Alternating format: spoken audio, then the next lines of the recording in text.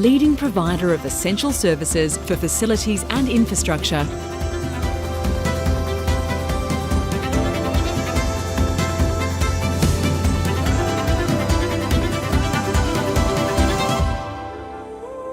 ARA. Here for you, here for good.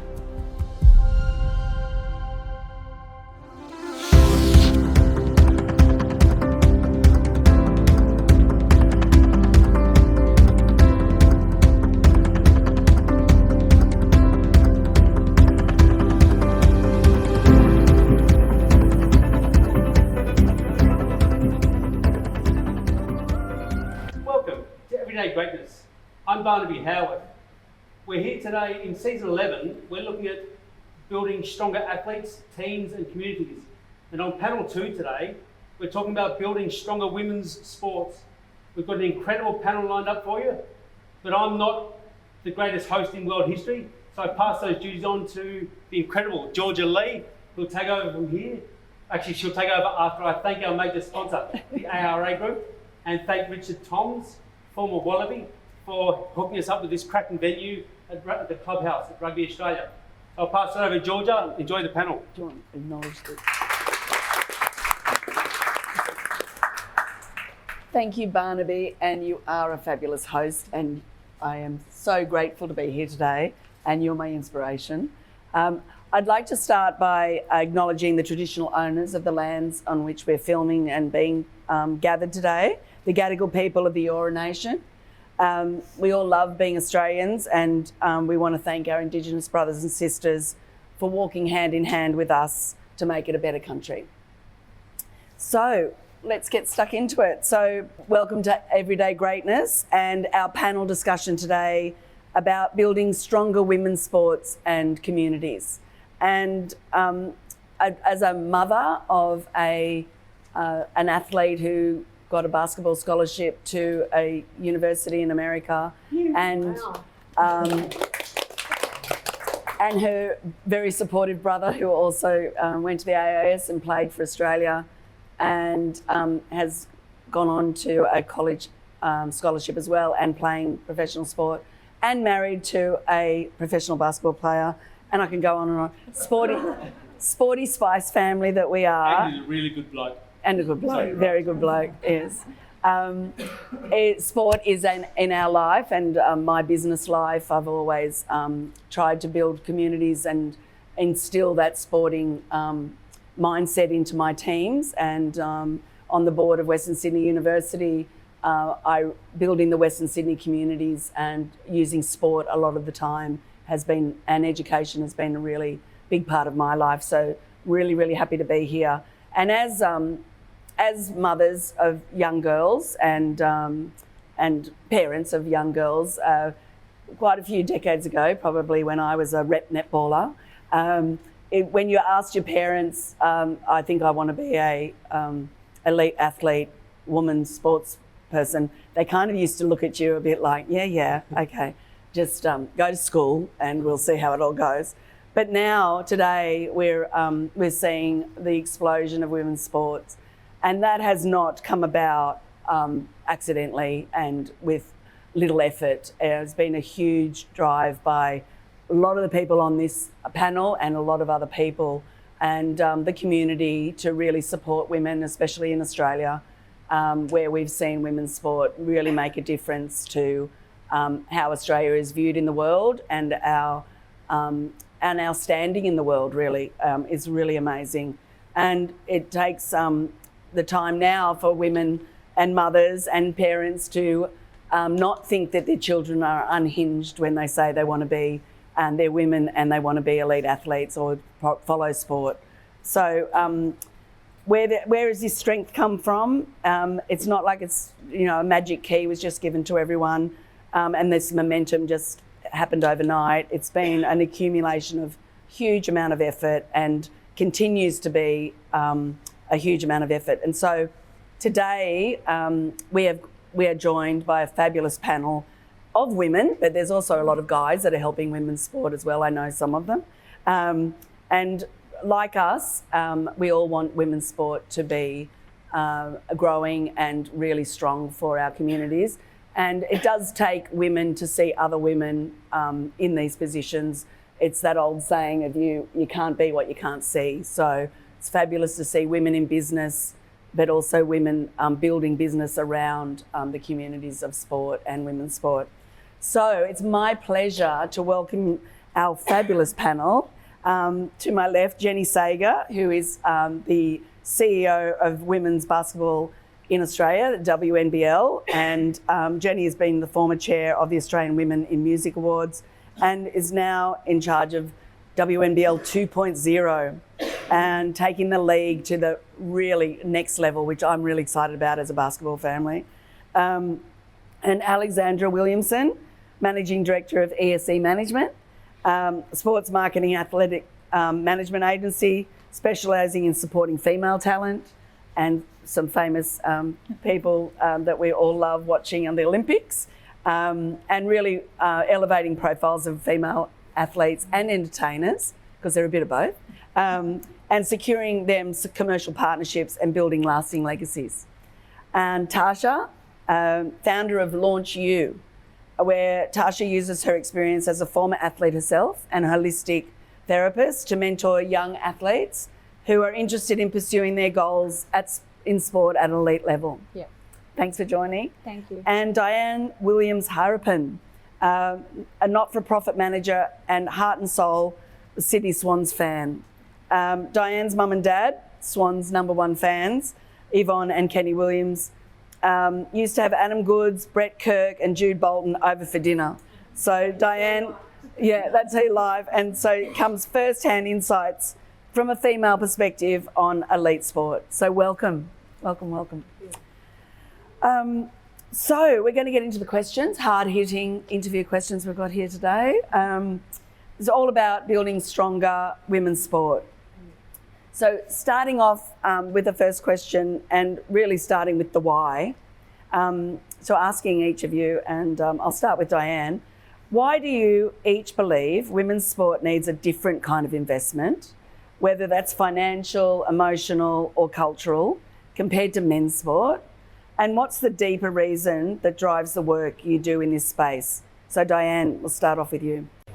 So thanks for having me. Honestly, I've known Barnaby for a very long time. And after he was sick, he used to come down and visit us on the front row. So Mum and Dad has seats that were gifted to them by the SCG and the Swans that are red and white. They're the only red and white seats in the whole SCG. And we came from a family, so if we're thinking, because I'm really uncoordinated, I've had a go at every sport, but I'm basically uncoordinated. But I believe that the reason why women's sport is a bit slow to blossom, and thank goodness now worldwide we are seeing that, and it's so exciting to be alive at this time, isn't it, ladies, to watch this happen, is that really there was a sort of a socio-cultural divide between men's sport and women's sport. And growing up, Dad was a jockey Dad was tiny. I'm 5'9", don't ask me how, but Dad was a jockey. And then he worked with the Swans for 40 years as a volunteer. And what I saw was the boys, and we always called them the boys, that were in the Swans were working full time when they came up here from Melbourne. And it wasn't professionalised and it wasn't taken seriously. So the rugby colleagues in Union and NRL were paid full freight and they didn't have to go and do something else. But Paul Kelly, he's an Australian Sydney Swans All-Australian great. He was our plumber. Like he was literally, and then Gary Rowland at one stage was our plumber, and Troy Luff, these all guys who played for the Swans, was our gardener. I think he's my mother's gardener. So he wasn't professional, so they didn't have a chance to go and do that full time. And I noticed with the AFLW and the women's AFL currently, they also are working in paid roles beyond their sporting career. So if we can just allow women to be sporting people and not have to have a side hustle. I loved that word before, because we should be able to do what we love full time and have the support of whoever, family, community volunteers. But we're doing 80% of the housework still in our communities in Australia. Women have got the mental load of the home. They have got the mental load of the childcare and actual physical load, plus they're going to work in some other paid entity, plus they're trying to juggle a professional career. And it's just now, it's burgeoning that we are seeing some sort of equality. The last Olympics was the first time in history that we've seen the same amount of males and females, which was, when I heard that on the news, I was, are you for real? It's extraordinary. And the AFLW is amazing to watch, but it is not getting the grounds and the numbers of people attending. So we're just getting there. There is a huge amount of work to do. Mum and Dad volunteered, pulled up their sleeves and got involved in junior sport all the way up to professional. My daughter was very fortunate. She was the first under 10 in New South Wales to play AFL. But at 5'9", like 175 centimetres at 13, I said, can I play AFL? Our family were AFL people. And I was told no. You could only play rugby, I think, until you were about 7 or 8. And then at 12, you actually had to leave all mixed sports. And I'm from a gen where I couldn't wear pants to work because it was kind of unseemly. And that was like the 80s, like seriously. So we've come a long way, but we need all of us to get into the conversation with very young girls. I'm talking preschool, where we say to girls, you can be it and you can see it. And I think also mums have to start, and this is a bit of a gender stereotype, taking their girls to sport. Because when I was growing up, boys went with their dads to the Roosters and to the rugby. And AFL was good because it was a bit more of a mix. Barnaby, remember, we had a lot of women. That was always on the news, that women go to AFL. It could have been a bit of sexism because of the shorts. Back in the day, there were these tiny shorts that everyone wore. I don't know, not going there. But we did have women engaging with AFL very early in New South Wales compared to the other, particularly what we consider traditionally male-dominated sports. I think we've come a long way. It starts from volunteers like my mum and dad saying, how do we get involved? Do we flip a sausage at the local game? Do we take our girls to the women's game instead of the men's or as well as the men's? We've only got limited capacity as individuals, but we've got to put our hands up. And if we all do a little bit at a formative level when girls are growing up, I think that's one of the solutions. Fabulous. Thank you. Jen? My about the investment. Yeah, I mean, I think there's also, I agree with everything you said, but I think there's also a piece around changing the mindset with like commercial sponsors and broadcast partners, and because you can't do it on your own. So we all need each other to lift up any sport, and often you get stuck in this trap where, you know, commercial sponsors want to see your broadcast numbers, broadcast partners want to see your attendance numbers. Like, you get stuck in this vicious cycle where you really need somebody who understands, okay, we are not going to have the numbers that NRL has, for example. So instead, we need you to come on this journey with us and help us lift up the sport and help us lift up women's sport as a whole. And you're stuck in those conversations where you're just waiting for that one sponsor or that one broadcaster to go, yes, like, we want to help you on this journey. We want to lift you up. And we're looking at this as not a year one, but a 5-year investment, for example. And unless you get that different mindset and that different way of thinking, you can get stuck there for a really long time. And so I think it's really important to change that mindset in the industry and also kind of approach things holistically like that. And I think it's also important to think about not just taking the girls to the game, but kids now, they don't really care when you get into the younger generation if they're watching women's sport or men's sport. They just want a really good game. Yeah. And so it's not just about bringing the girls along. It's the girls and the boys, the brothers, the uncles, like making sure the whole family is coming and you're delivering that like fun, family-friendly experience and exposing everyone to the game. And then you hook them in. Like then they're really excited to be there. I'm actually a mom of 3 boys. I grew up in a house of girls. My kids are crazy sports fans. They play a lot of sports. They're like walking sport encyclopedias. They can ramble off like any stats about any player of any code. I took them to 1 game when I came into this job.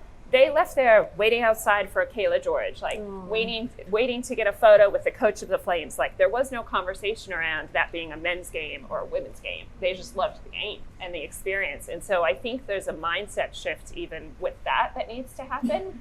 And I think for me, like why I'm here, you know, community sports and sports in general has been a huge part of my life, both in the US and in Australia. Like I came to Australia, I did not know one person, literally not one person in Australia.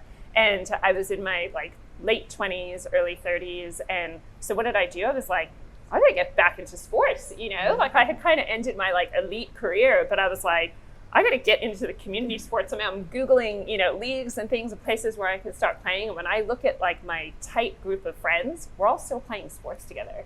And I think that's a piece of, how you build your community, both professionally and also like personally. But at the same time, like whether you're a young kid who's dreaming of playing pro, or maybe you don't have the skills, but you want a career in sports, like that pathway, showing those pathways from that very early stage is so important, and making sure they realize that that's visible. And it's something that honestly every code has to get better at, because those links and connecting those dots between like community and grassroots all the way up to professionally, again, whether you're a player or a coach or a referee, whatever that looks like, we have to make it clear that that's a career path that really anyone can have. Alexandra, in the work that you do, it's all about commercial relationships and changing people's mindsets. That it is. So we spend a lot of time, we've obviously got some athletes that are household names or established athletes, and then we've got athletes that are up and coming, or their sports aren't on commercial television. And so we have to spend a lot of time in telling or talking through with these brands, get on the journey now, support these women. You don't understand actually what this means to them. It isn't just a transaction for them. Like, you're helping them. If you invest $10,000, $20,000 up to say $100,000, these girls don't have to go work in the cafe, don't have to also be studying plus working in the cafe, plus going to training 3 times a week or 3 times a day, plus. And so for us, it's about finding the right brands that believe in investing in female athletes, not getting the sugar hit of saying we're supporting female athletes. That's kind of the big thing for us. So it's not an easy journey. We're definitely seeing a huge improvement. And I think, the success of teams like the Matildas, the success we have in things like the Olympics helps the conversation. And it's definitely becoming more evident, the growth in female sport for a brand, but it's still a hard slog. And lastly, Tarsha, but you won't go last next time. I'm okay. Well, there's not much more to add to what everyone said, to be honest. They've pretty much targeted everything I was going to bring up as well. I think it's really important to, as you said, support women in sport, and that comes from all different facets. It's not just about brands and media coverage. I think it's coming from those grassroots, and I think it was you, Dane, that mentioned mums taking your daughters to games.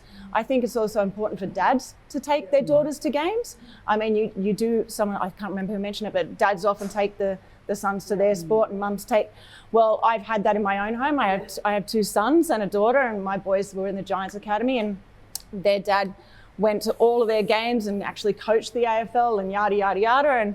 And for my daughter, who's, she plays Premier League and netball, he didn't go to her games. He said, oh no, that's your sport. And I went, well, actually, it's your daughter's sport. And now that she does play Premier League, he's actually coming to every single game. He has done all the umpires courses. It's actually really annoying, but he's there supporting her, and I've noticed the shift in her. So the shift in her mindset around her sport has just grown. And so I really do think that we've had a lot of growth in women's sport, but I still think we are in that growth period.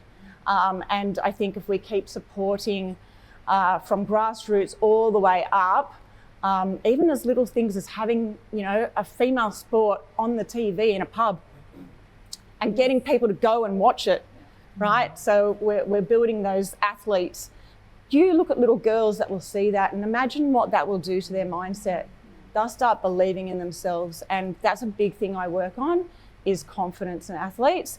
And I will say that probably 80% of the athletes I work with are female.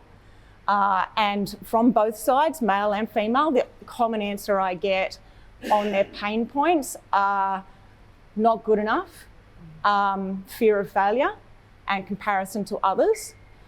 So if we don't have things like it being on the local pub TV, whatever it is, or having that support, of course they're going to feel like they're not good enough. So I think that's why I do it, and I work with these young girls to build their confidence and give them skills that they can have and deal with life in general, but also help them grow confidence in their sport. It's so true, because even in the business world, I've had to encourage a lot of women to go for the manager job, to go for that next job. They can do it, but they often need a lot of encouragement, confidence, whereas sometimes the guys will be, I can do that job, and you're looking, how do you know that you can do it? I just know I can do that job. So because that's the confidence. mentality they've had, right? It's always been that way. Yep. And as you said, Jenny, it's time for a shift. Yep, it really is. So next question, following on from that great conversation, what outcomes do you all want to see in the next 5 years for women in sport, on and off the field? And are women's sports seeking things like equal pay, bigger crowds, better coverage, or is it something deeper? I might start with you, Jenny. Gosh, there's lots to say there too. So, I think pay is obviously, it's a conversation we have to keep having. I think one of the things I'm most proud of with this change in ownership and us, kind of relaunching the league is we actually announced a couple months ago a historic collective bargaining agreement where within 3 years we're looking at pay parity with the men. And so that was a huge step forward for women's basketball. And that is, our athletes all basically work part-time. They are not in a space, you look at the men's salaries, and it's a very different scenario. And we have to get them to a place where they can focus on the sport full-time, but also not feel like they have to go chase these salaries overseas, where they actually want to stay here in Australia. And so that's a big priority for us as well, is improving the conditions and the opportunities in Australia so we can retain the elite talent that is actually here. That's obviously a piece of it. I think with that, there has to be investment around like well-being, athlete development, not just when they're in their professional journey, but also that chapter 2, when they're finishing up their sport. People feel really lost when their professional career is coming to an end. And particularly in women's basketball, there has been no investment in that space. So developing, programs, mentorships, like business programs for athletes, the stats around women executives, female executives, and I'm a great example of this, particularly 94% of C-suite female executives played elite sport. And so there's a direct correlation between that athlete mindset and that athlete mentality and how that sets you up for leadership and executive positions. And so investing in like programs to help these girls on their journey is really important. When I think about where do we want to be in 5 years, I think a lot about like the fan perspective. Like, I want to see little boys on the street wearing WNBL jerseys. Like, I want to see them wearing women's jerseys walking around Sydney, and you can see that happening. Like, I look at games, and I actually said at a game last season, it was like being at a Taylor Swift concert because there were all these little girls in like pink sequence dresses dancing to music, in the game breaks. And I was like, it's awesome. Absolutely love it. But I want to see also more kids like my 8-year-old son wearing his Pink Flames jersey. And again, like not seeing that difference between women's sport and men's sport. And I think there's a lot of work that has to be done to get there. So I think, just again, that mindset and that cultural shift is really important. Agree. Tarsha. Oh, look, 5 years' time, wouldn't it be wonderful that our girls could say as little girls that, hey, I want to be an athlete? And parents go, well, I know for myself, I said that to my father as well. And the response was, well, get an education and make sure you got a backup plan. I even had an instance where, I was a tomboy. I think my dad wanted sons, to be honest, because I had a Parramatta Eels uniform, shirt and shorts. And my sister and I would go and play footy with my dad down at the local park. And then so I thought that was normal. Right. And so I went into school and that's what I did. I played footy in the playground with boys. And it got to the point where the boys went, oh, sir, can Tarsha be in the rugby league team? And it was a very, very swift no. And the answer was why? Because she's a girl. So again, changing that mindset is coming. We've got leagues now that we didn't have before that were predominantly known as men's sports. They're now not known as that. So it'd be great to have more role models for young female athletes out there that are very visible. We've got Lauren Jackson, who is a global icon. I was coaching a netball program at Netball New South Wales. Lauren Jackson happened to be walking past, and that's not even the girls' sport, but they knew who she was. And every single one, we had a group photo with her. They all wanted to have a photo with Lauren Jackson. How inspiring is that? So we need more athletes like that, I think, for our little girls and for our parents to be able to go, look at that athlete. You could be like her one day. Okay. Alex, over to you. I would say it's a couple of things, but if you were to look 5 years, I'd say development for young girls. You've got a lot of young girls that participation is high to a certain age, and then it kind of tapers off. You're either exceptional or you kind of get lost in this bucket. And so to be able to have the right pathways for these girls to be able to go into the next level to league to professional standard would be fantastic. The other part of it is household names, that they are household names. I know during the World Cup, there were these kids, these boys sitting behind us at a particular match, and they would have probably been 13, 14. They knew every single player, what club they played for, the club they had transferred from, and I was like, this is extraordinary. Yeah. This is what it's meant to be. And so I think from that, to make them household names, is that we need more tournaments here in all sports. You saw the effect of the World Cup. You're going to have Brisbane 32. We've got rugby 29 here. There's so many other milestones, but we need more and more of it here for these women to become household names and for more people to engage with it. Totally agree. And Diane, just a couple of points on this. I have one example. So a local woman, Jessie Miley-Dye, who went to school at Crossroad at Sydney Girls High and went to Clovelly Public, she has managed to become the first female world surfing commissioner. And she has just recently, and she's a lawyer as well, so that probably helped. She's just recently managed to get pay equality for women surfers. So it is possible, and it's literally, we're on the precipice of it, but everyone has to champion it. And one of the things, I've got 4 kids and I've raised 2 First Nations boys, and they all played a million sports. But when I asked them what was some of the limitations for women, they all said they want to see stories. And if you look at the stories that are on social media between the men and the female athletes, it's quite different. And the men are very like product placement and know what they're doing. So I work in mentoring at the Sydney University Executive Program, and I can honestly say what we teach women there is to network, is to work out your worth, like the confidence stuff. Just be proud of your worth, and also make sure that you're adding value to others and ensure you're around people that add value to you. And if you look at the stories on Instagram, which I did till midnight last night, it's actually very different, the messages out there. And I totally agree with you. We're not really sending out the right messages just yet, but I think it's burgeoning. So let's look at surfing, worldwide surfing, as the echelon and what we're looking forward. And you should maybe use that as your case and get a good lawyer to support basketball. I'm serious. That's where we're going. Lane Beachley's a fabulous example of that. Yeah. And coming from the Northern Beaches, she was one of my heroes, and a lot of my girlfriends. She's done a fabulous job that way. Yep. Now we could talk about this, especially all of us, talk about this for ages, but we're going to have to wrap. And I just want to say thank you to our wonderful panel of everyday greats. And hopefully we can continue this conversation after, and maybe at another panel soon on everyday greatness. Thanks. This might be controversial to say in this day and age in society, but this has been such an inspiring talk. I want to be a woman. I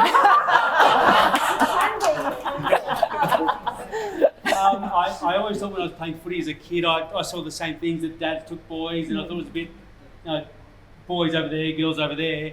But now it just seems to me as if sport is sport. Yep. Whether you're a dude or a chick, doesn't matter. Like, good people do good things. Yep. Get around it, whether you're a boy or a girl. I love it. So thank you guys for coming on. So thank you, Jenny. Thank you, Diane. Thank you, Alex. And thank you, Tarsha. Thank you.